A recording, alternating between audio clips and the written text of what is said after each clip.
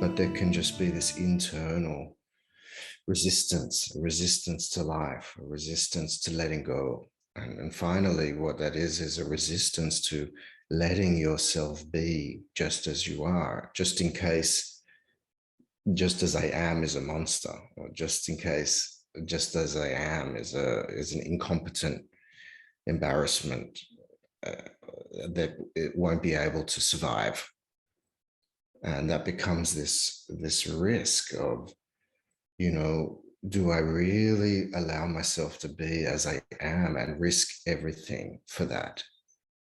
And that often is where we get to in kind of asking people questions about what they really want for their lives. Is this moment of choice where you kind of come to the edge of the cliff of letting go to be yourself, or maintaining control to make sure that you survive. You know, at the edge of that cliff, to let go, to not survive. Really, this really kind of highlights how important it is that you have chosen what it is you want. You are aware of what it is you want in your life more than anything. And many of you may have already heard this speaking of this, and Gangaji and Eli speaking of this, but what a rare opportunity to just actually recognize you do have the choice to choose what it is you give your whole life to.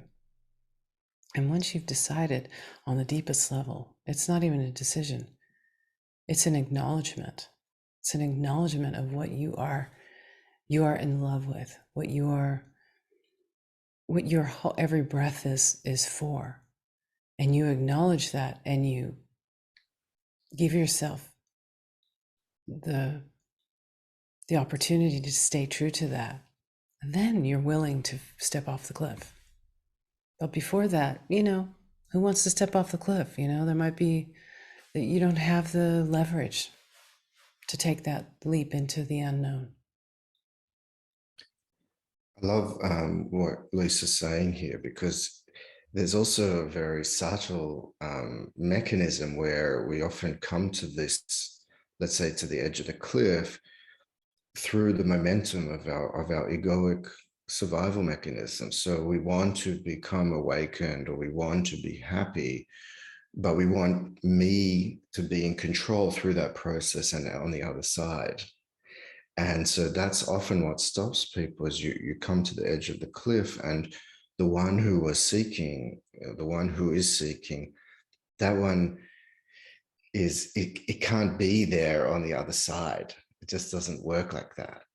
And so to have that conscious choice to recognize, okay, wait a minute, I have to be willing to step out into the unknown to have what I truly, truly want. And so then there's a conscious decision, a conscious choice to be yourself and to step out into this unknown. And you don't die. And in fact, it's the opposite of what your mind will have you think it is. There's better, you survive better from my experience. Yeah. When I first met Gangaji, I didn't know what I wanted on the deepest level. I just wanted to be a better person, and I wanted to know, and then a little deeper than that was I wanted to know what love is. Is it true? Is it real?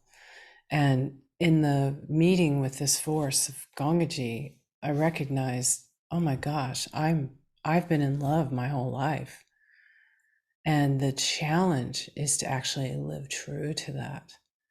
And in meeting her, that the love that kind of exploded in my heart was so powerful that luckily, by some grace, I just didn't have a choice. It was like I tried everything else. I was disillusioned. There was nothing left for me.